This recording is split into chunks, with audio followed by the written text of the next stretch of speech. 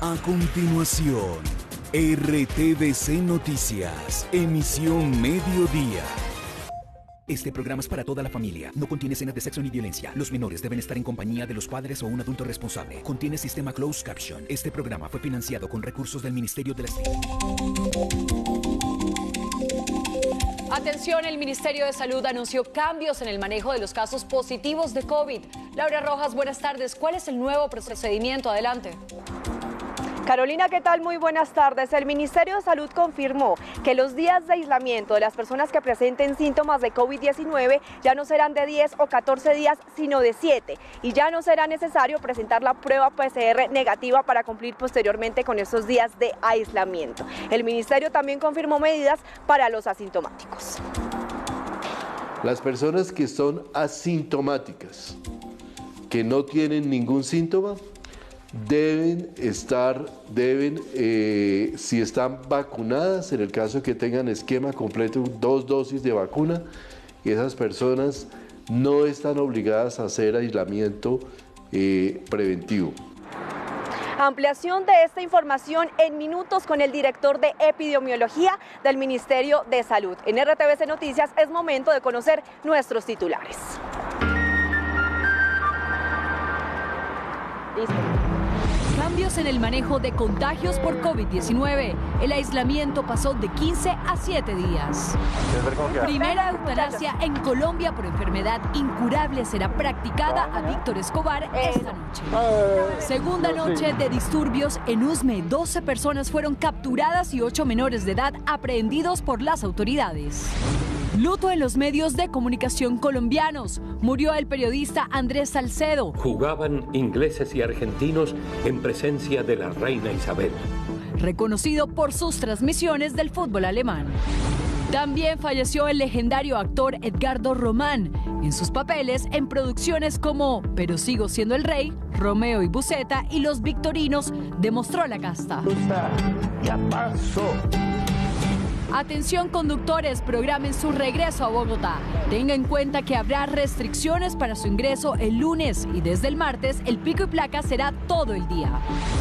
En noticias de las regiones, en Antioquia reportan un bajo número de estudiantes matriculados en colegios públicos. En deportes, otro reconocimiento para Falcao. Aparece en la lista de los mejores goleadores del siglo XXI. Último día del Carnaval de Negros y Blancos. En RTVC Noticias hacemos un balance de lo que fueron estas festividades para Pasto y para Nariño.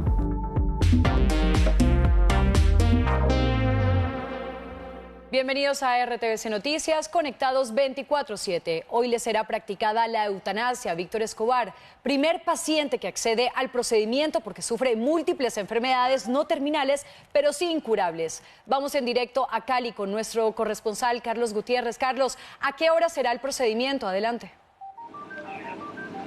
Carolina, muy buenas tardes. Aproximadamente a las 7 de la noche en una clínica que está ubicada aquí en el sur de la ciudad. Recordemos que Víctor Escobar, como usted lo dice, pues padece de varias enfermedades, una de ellas problemas respiratorios crónicos, y esto lo ha llevado para que a través de 2 años y de instancias judiciales se logre que el Estado, a través de la Corte Constitucional, aprueben la muerte digna. Esta es una historia de Telepacífico, el canal regional del suroccidente del país, en esta alianza regional informativa con el canal institucional. Yo he sufrido mucho ya con estas enfermedades y de verdad quiero un descanso ya. A sus 60 años, Víctor será el primer colombiano que tendrá acceso a la llamada muerte asistida. No sin antes dedicar su última semana de existencia a reconciliarse con sus hijos y nieto, para decirles que a la muerte no hay que tenerle miedo.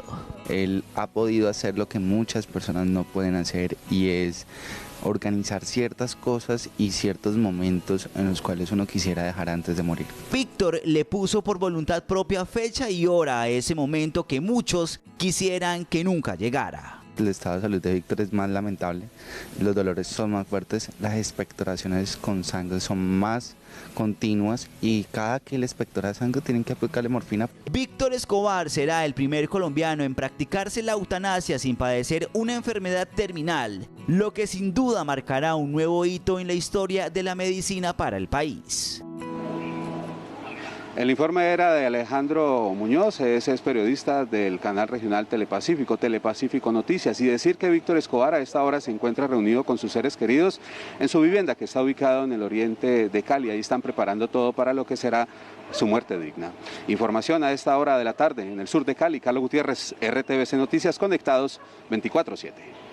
Carlos, muchas gracias por la información y retomamos la información con la que iniciamos nuestra emisión. Los cambios que ordenó el Gobierno Nacional para el manejo de los aislamientos por COVID-19 que pasarán de 15 a 7 días. A partir de hoy, las personas que tengan síntomas como flujo nasal, fiebre, dolor de cabeza o malestar general deben guardar aislamiento por 7 días sin que sea necesario que se hagan la prueba. A partir del primer síntoma, deben guardar aislamiento continuo de 7 días. Ya no de 10 ni de 14 días, un aislamiento de 7 días. Y en esas personas no es necesario que se realicen la prueba. Quienes hayan tenido contacto con un positivo pero que no presenten síntomas y tengan el esquema de vacunación completo, no deberán aislarse ni hacerse la prueba. Si esas personas no tienen esquema completo de vacunación o no han sido vacunadas, deben inmediatamente guardar aislamiento preventivo al igual de 7 días para evitar ser fuente de contagio para las demás personas. Las personas con comorbilidad, los mayores de 60 años y los menores de 3 años deben consultar a la EPS para que tengan seguimiento. Recomendación diferente para los jóvenes sin comorbilidades. Solo deben asistir a los servicios de salud en el caso de que presenten síntomas de alarma, que son fundamentalmente pérdidas en el estado de conciencia, dificultad respiratoria o dolor en el pecho. Por último, el ministro reiteró que por ningún motivo se debe detener el regreso a la presencialidad en los colegios del país. Y para ampliar esta noticia, estamos en comunicación con Julián Fernández, director epidemiólogo del Ministerio de Salud. Señor Fernández, ¿cómo funcionará el aislamiento en Colombia por COVID-19? Todas aquellas personas sintomáticas que tengan cualquier síntoma tienen que aislarse inmediatamente desde el momento en que comienzan los síntomas. Inmediatamente, no tienen que esperar nada más, y el tiempo de aislamiento se reduce de los 10 días inicialmente a 7 días contados como 10 de la fecha de inicio de síntomas. ¿Qué pasa si tengo síntomas? ¿Debo hacerme la prueba? ¿No debo hacérmela? ¿Cómo funciona esto? No es necesaria la prueba, salvo en las personas que tengan factores de riesgo, como las personas mayores de 60 años, personas que tengan comorbilidades, los niños menores de 3 años, tienen que hacerse la prueba como parte del monitoreo clínico, pero en las personas jóvenes, insisto, se puede hacer el aislamiento y certificar la incapacidad si lo necesita por motivos laborales sin necesidad de una prueba. ¿Y qué pasa en los casos en donde una persona tuvo contacto con un positivo? En los asintomáticos, esto depende. Si la persona es asintomática, pero tiene un esquema completo de vacunación, no tiene que cumplir el aislamiento. Eso sí, recomendación muy importante, el uso estricto del tapabocas, muy importante, y evitar participar en aglomeraciones o reuniones donde haya mucha gente, por supuesto, y también estar alerta a que no le presente síntomas. ¿Qué cuidados requieren los menores de edad de 3 años y los mayores de 60? En el caso de estas personas, se necesita una valoración médica siempre para descartar cualquier riesgo de complicación y un mayor monitoreo clínico, incluyendo la priorización que tienen en las pruebas. No solo los mayores de 60 y los menores de 3, sino las personas con factores de riesgo de cualquier edad, cualquier enfermedad crónica como de la lista. Es momento de revisar las cifras de la pandemia. El más reciente reporte del Ministerio de Salud señala que en Colombia hay 23.039 nuevos casos de coronavirus. 51 personas fallecieron a causa de la enfermedad en las últimas horas y el total de casos activos es de 87.613. 5 centros asistenciales del departamento de Antioquia declararon en emergencia, pues no tienen cómo atender más pacientes. Con los hospitales de Santa Bárbara, Cisneros, La Ceja, Envigado y La Estrella, se llegó a 30 clínicas en emergencia. El alto incremento de contagios por COVID y la alta demanda de urgencias y hospitalización tienen al borde del colapso al sistema. En la segunda noche consecutiva de las protestas en Usme, sur de Bogotá, 3 policías resultaron heridos, 2 adultos fueron capturados y 8 menores aprehendidos. La policía de la capital continúa vigilando el sector.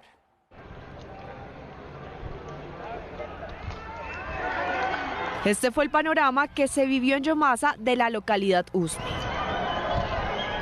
Se presentan actividades delincuenciales que afectan la infraestructura y ataque contra miembros de la Policía Nacional lanzando bombas molotov e igualmente elementos contundentes. Comerciantes tuvieron que cerrar temprano sus locales para evitar quedar en medio de los enfrentamientos y los gases lacrimógenos. 7 celulares y 13 armas blancas decomisados es el resultado de un operativo de un grupo especial del IMPEC en el patio 9 de la cárcel La Picota de Bogotá. Allá está recluido alias 19, presunto líder de la primera línea. Y nada, pues están disparando al cuerpo, perfilamientos, helicóptero. Tenemos 2 escuadrones y quién sabe cuántos más. Esta fue la transmisión que denunció la policía. Tienen que andar vivos con eso, y más ahorita ustedes saben que la zona ya está militarizada y todo. Tras conocer los hechos, el IMPEC hizo un operativo en el patio 9, donde permanece recluido alias 19, y encontraron 7 celulares, 30 accesorios para celular y 13 armas cortopunzantes. Teniendo en cuenta que el señor González se encuentra privado de la libertad en condición de sindicado, se le generó la incautación de los elementos prohibidos y será remitida a la Fiscalía General de la Nación para que adopte las medidas pertinentes. El IMPEC aseguró que se están realizando investigaciones disciplinarias para determinar las posibles faltas en las que pudieron incurrir algunos funcionarios que permitieron el ingreso de los elementos. El periodismo deportivo colombiano está de luto. Andrés Salcedo, uno de los más grandes e importantes narradores, reconocido por su conocimiento del fútbol alemán, falleció esta mañana en Barranquilla. Bien, después de algunas dificultades lograron terminar la prueba. La voz inconfundible, la que invitaba a escuchar, aquella que deleitaba las tardes de los colombianos cuando aún la televisión era casi una novedad, ha partido para siempre. Comencé en 1960, son 38 años ya, ¿no? Era Andrés Salcedo, uno de los pioneros y más reconocidos periodistas deportivos del país y quien inmortalizó con su tono de voz las transmisiones de los partidos de fútbol de la Bundesliga. Fue por allá en los años 70 cuando decidió partir a buscar nuevos rumbos y llegó a Alemania. Apenas tenía 30 años, pero sus ilusiones eran inmensas. El talento, su tono de voz y la pasión por lo que hacía lo tuvieron entreteniendo a los televidentes durante 22 años. Y ahora vamos para la tercera prueba, 3, 2, 1, vamos. Otro de sus grandes triunfos estuvo en la narración del exitoso programa de concurso del canal Trastel, Telematch. Había nacido en 1940 en la ciudad que toda la vida llevó en el corazón y a donde regresó en la década del 90 para ser la voz principal del canal regional Telecaribe. Jugaban ingleses y argentinos en presencia de la reina Isabel. Desde muy joven mostró la pasión por lo que hacía y uno de sus mejores amigos fue el micrófono, ese mismo que lo acompañó y lo llevó a ser el director de la emisora Radio Guatapurí en Valledupar. Esta madrugada su corazón se detuvo, pero los recuerdos inconfundibles de su voz son un legado para el periodismo deportivo. El gran Benny Moré, por una cortesía de Malda Hatuey y los condones mariposa. Y la televisión colombiana perdió esta mañana a uno de sus actores más importantes y legendarios. Se trata de Edgardo Román, considerado como uno de los actores más polifacéticos del país. Román inició su carrera en 1971. Durante 40 años participó en numerosos festivales internacionales de teatro, 22 películas y un gran número de telenovelas y series de televisión, entre las que se destaca la interpretación de Jorge Eliezer Gaitán en El Bogotazo. Infortunadamente, a sus 71 años de edad murió víctima de un cáncer. Román deja un legado difícil de igualar en la historia de la televisión colombiana. Hacemos una obra de teatro que yo dirigía y un día fue Ramiro Corso. Mucha atención, conductores, porque este lunes 10 de enero habrá pico y placa regional para el ingreso a Bogotá y desde el martes 11 entra en pico y placa el pico y placa ampliado. De 12 a 4 de la tarde entrarán los vehículos con placa terminada con número par.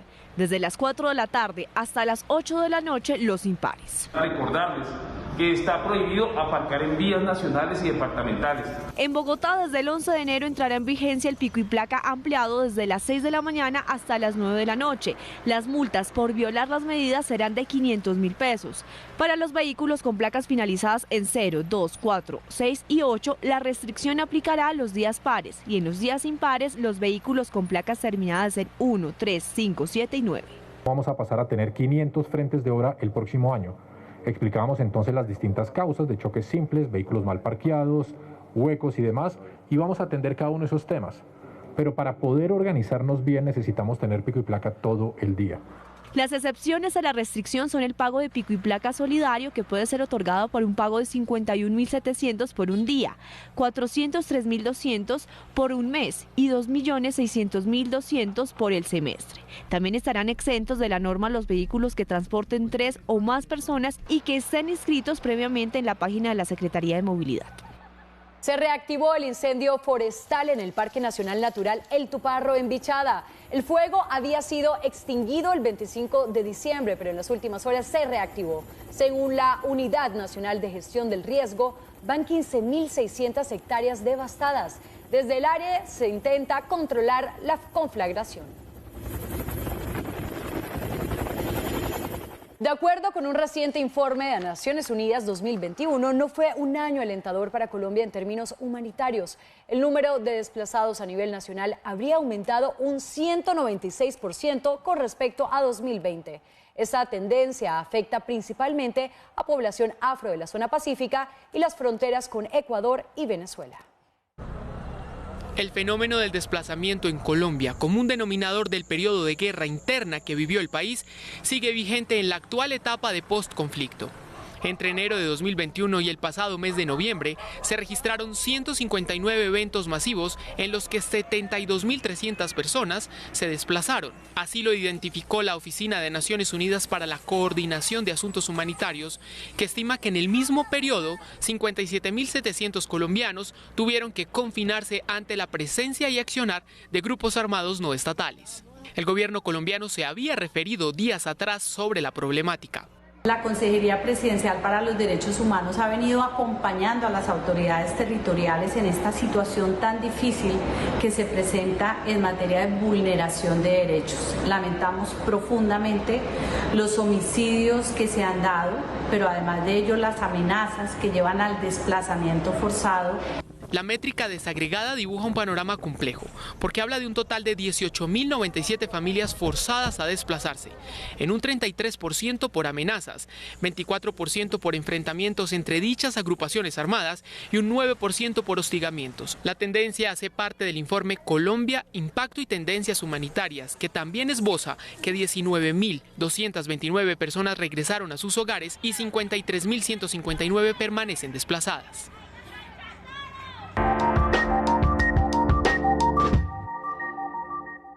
Hay preocupación en Antioquia porque a 10 días del inicio del año escolar, la cifra de matriculados apenas sobrepasa la mitad de las registradas en el 2021. Las autoridades afirmaron que el objetivo es inscribir 500.000 estudiantes.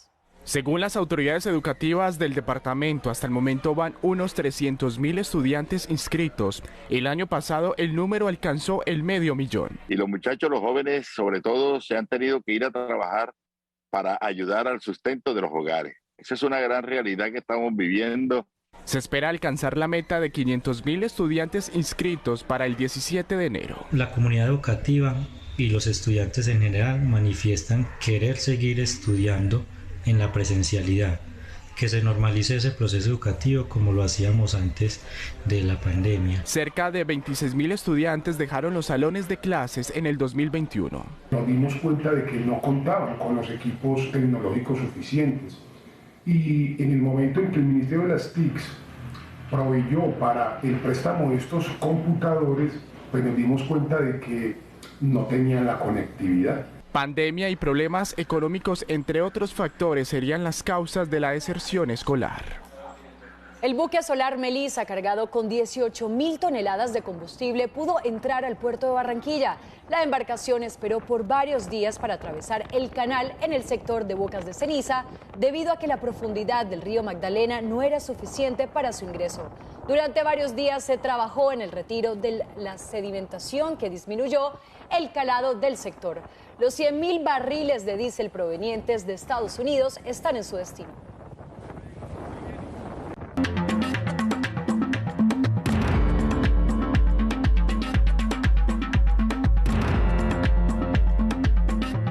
La variante Omicron continúa generando cambios en Europa y Asia. En Austria fueron reducidas las cuarentenas a 5 días, mientras que en Japón fueron reducidos los horarios y aforos en bares y restaurantes en 3 prefecturas del país.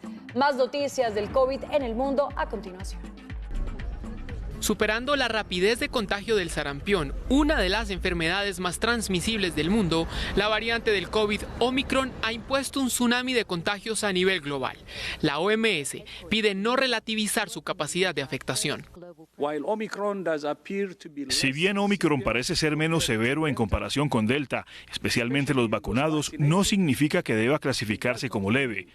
Al igual que las variantes anteriores, Omicron está hospitalizando a la gente y está matando a la misma.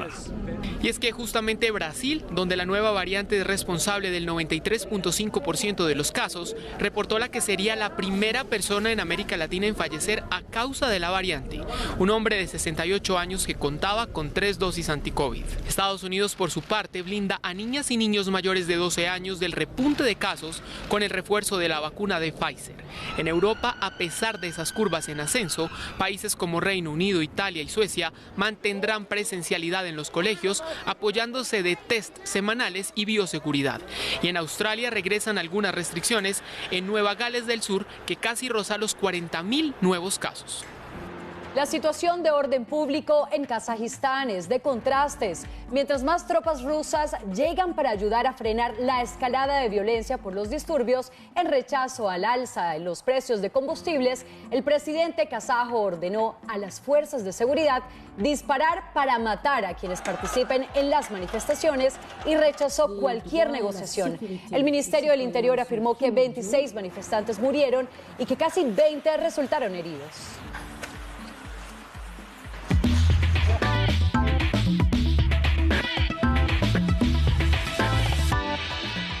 Hola, buenas tardes, bienvenidos a la información deportiva. 20 jugadores fueron convocados para el partido amistoso de la Selección Colombia ante Honduras. Luego se hará el 16 de enero en Estados Unidos como preparación a los eliminatorios ante Perú y Argentina del 28 de enero y el 1 de febrero. Aquí la lista: los arqueros Andrés Mosquera del Medellín, Diego Noboa del América y José Luis Chunga de Alianza Petrolera. Como siempre, las polémicas. Pasando a las defensas, que son los que vamos a tener a continuación. Hablábamos de las polémicas, una tiene que ver con Teófilo Gutiérrez y otra con Macalister Silva. Román de Millonarios, Ginás de Millonarios, Mera de Junior, Homer Martínez del mismo equipo y Álvaro Angulo de Águilas Doradas son los defensores. Pasamos a la zona de mediocampistas, a los volantes, donde no está Macalister Silva y tampoco Teófilo Gutiérrez, y por eso se ha generado gran polémica. Colorado del Deportivo Cali, Giraldo de Junior, Freddy Inestrosa del Junior y Juan Fernando Quintero del Shenzhen de China. Juan Fernando viene a Colombia para esta convocatoria y posteriormente irá a River. Sebastián Gómez de Nacional, Steven Pegate Millonarios y Gerson Candelo de Atlético Nacional conforman la nómina total de volantes. Y finalmente pasamos al ataque, donde hay una sorpresa especial. Atención, porque el envigadeño Yasser Asprilla es el convocado entre los atacantes de la Selección Nacional de Colombia, al lado de Cristian Arango de Los Ángeles, Harold Preciado del Deportivo Cali, Miguel Borja del Junior, Jimmy Chará del Portland Timbers y, como les decimos, la gran sorpresa, Yasser Asprilla del Envigado Fútbol Club, que fue comprado por el Watford de Inglaterra. Ahí está entonces la lista de convocados de la Selección Colombia para el amistoso ante Honduras. El tenista Novak Djokovic continúa aislado en Australia, esperando la respuesta del gobierno de ese país de permitirle o impedirle jugar el Australian Open ante su negativa de vacunarse contra el COVID-19. La decisión será dada a conocer el próximo lunes. Continúa la polémica. Hay quienes están a favor de su postura de no vacunarse contra la COVID-19. Estamos aquí para apoyarlo. Lo que está haciendo no solo es por él, sino por todos. Por eso deberían dejarlo jugar. Si le dieron una excepción, ¿por qué no podría hacerlo? Y el apoyo también viene a kilómetros de distancia. En Serbia, su país de origen, su propia familia ha encabezado manifestaciones por un tema que consideran una restricción de las libertades civiles. No podrán hacernos nada. No nos arrodillarán, recuérdenlo. Pero también aparecen en escena aquellos que no aceptan su negativa a vacunarse y exigen su salida del país. Y el gobierno australiano fue claro ante lo que se ha denominado como una retención. El señor Djokovic no está retenido en Australia. Él es libre de irse cuando quiera hacerlo y si así lo decide, las autoridades le vamos a facilitar eso. Si Djokovic no juega el Abierto de Australia, podría perder el puesto de número 1 del mundo. Si actuará o no, solo se sabrá el lunes, cuando se conozca el desenlace de esta historia. El delantero colombiano Falcao García apareció hoy como uno de los mejores 50 goleadores del siglo XXI según la Federación de Historia y Estadística del Fútbol. El Tigre ocupa el puesto 43 con 221 anotaciones en su paso por equipos como River Plate, Porto, Atlético de Madrid, Mónaco, Manchester United, Chelsea, Galatasaray y el Rayo Vallecano. La lista la encabeza nadie menos que Cristiano Ronaldo con 487 goles. En el segundo lugar está Lionel Messi con 475, a 12 del portugués. Y en el tercero el sueco Zlatan Ibrahimovic con 391 tantos. Y siguen las protestas en la sede deportiva del América de Cali exigiendo la salida del entrenador Juan Carlos Osorio de la institución escarlata. Con banderas, pancartas y cantos, integrantes de la barra Barón Rojo Sur hicieron presencia en el sitio de entrenamiento para exigir la renuncia del técnico. Los hinchas expresaron su inconformismo por los resultados del equipo en el 2021 y la falta de refuerzos para 2022. Hasta aquí los deportes. RTVC Noticias, conectados con las fiestas del sur de Colombia. Iniciamos la información de cultura porque hoy finaliza el Carnaval de Negros y Blancos en Pasto. La fiesta cultural más grande del suroccidente del país regresó con éxito después de 2 años sin realizarse debido a la pandemia. Paula Fresneda, desde la capital de Nariño, tiene más detalles. Paula, buenas tardes, adelante. Compañeros, ¿cómo les va? Los saludamos desde el nororiente de Pasto. Esto se llama Cujacal Bajo. Acá es un mirador espectacular en el que ustedes pueden venir un día como hoy, soleado, bastante bonito, a ver el volcán Galeras. Nosotros nos despedimos o empezamos a despedirnos desde ya de lo que ha sido este cubrimiento del Carnaval de Negros y Blancos, pero no antes sin hacer un balance desde todos los ángulos, desde la fiesta, desde lo económico y también desde lo emotivo y lo tradicional que es para la gente celebrar estas fiestas. Acá hacemos el balance del Carnaval de Negros y Blancos. El 6 de enero, Día de Blancos, fue sin duda el día de mayor acogida en el Carnaval de Negros y Blancos. Las obras en su esplendor, un día espectacular como está el día de hoy, y creo que eso también jugó un bonito papel en toda esa magia que tiene este carnaval.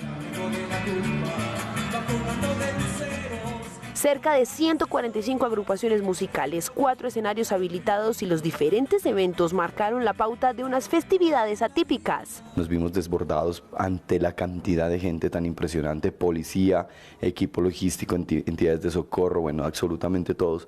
Y no solo fue la importancia de recuperar la tradición tras la pandemia, también la de reactivar económicamente a la ciudad. Mira, volver a ver a la gente con sus ventas ambulantes, muchas personas que sobreviven 2-3 meses con esa venta. Desde ya empieza el trabajo para que en 2023 el carnaval recupere su esencia en totalidad y vuelva a la normalidad.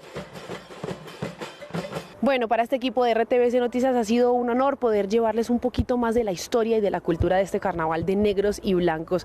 Nosotros seguiremos como siempre acompañándolos con cada rinconcito de Colombia y sus tradiciones y las cosas que nos hacen sentir orgullosos de ser de nuestro país. Nos despedimos con Urcunina de fondo. Urcunina significa montaña de fuego y es el nombre indígena que recibe el volcán Galeras. Nos vemos. Soy Paula Fresneda para RTVC Noticias, conectados 24/7.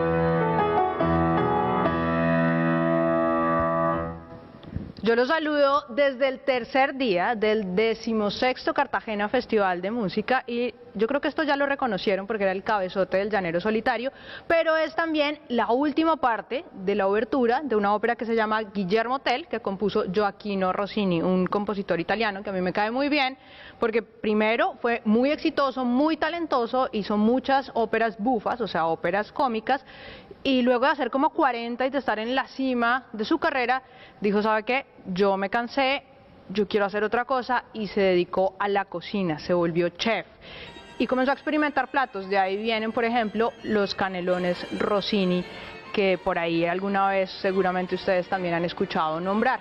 Pero resulta que él decía que la cocina también era una forma de hacer arte y de comunicarse con los demás.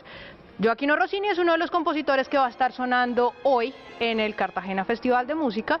Ya les conté que hizo mucha ópera cómica, pero al final de sus días, cuando ya era cocinero, se dedicó a hacer de vez en cuando música, pero pues como una escapadita ahí de lo que ahora se había vuelto su vida, y hacía unas cosas que él mismo llamaba pecadillos de vejez, que eran piezas al piano, nunca las escribió, nunca las registró en ninguna parte, pero el último de esos pecadillos de vejez fue una misa que se llama la Pequeña Misa Solemne, que dicen los críticos que no tiene nada ni de pequeña ni de solemne, pero en la que él de alguna manera se reconcilió un poco con la música y con la música sacra que nunca había hecho. Esta es una misa de cámara, o sea, no la van a escuchar ustedes con una orquesta, tiene 2 pianos, tiene un coro de 8 personas y tiene 4 solistas. Dicen que las partes solistas son absolutamente dificilísimas, pero de eso vamos a tener una invitada en la emisión de esta noche de RTVC Noticias que nos va a hablar un poquito más.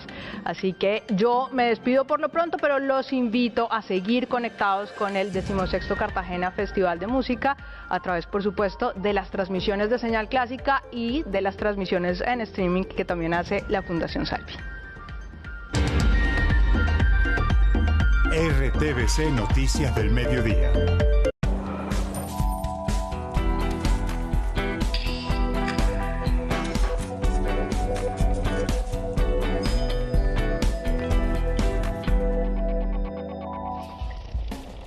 Nueve son los elementos mínimos que debe contener en perfecto estado un equipo de carretera según el Código Nacional de Tránsito de Colombia para evitar al conductor una multa de 15 salarios mínimos diarios legales vigentes si falta o está dañado cualquiera de ellos. 1. Un gato con capacidad para elevar el vehículo. 2. Una cruceta. 3. 2 señales de carretera en forma de triángulo en material reflectivo y provistas de soportes para ser colocadas en forma vertical o lámparas de señal de luz amarilla intermitentes o de destello. 4. Un botiquín de primeros auxilios. 5. Un extintor. 6. 2 tacos para bloquear el vehículo. 7. Caja de herramientas básica que como mínimo deberá contener alicate, llave de expansión, llaves fijas y destornilladores. 8. Llanta de repuesto. 9. Linterna. Recuerde, antes de conducir cualquier vehículo, revise que el equipo de carretera esté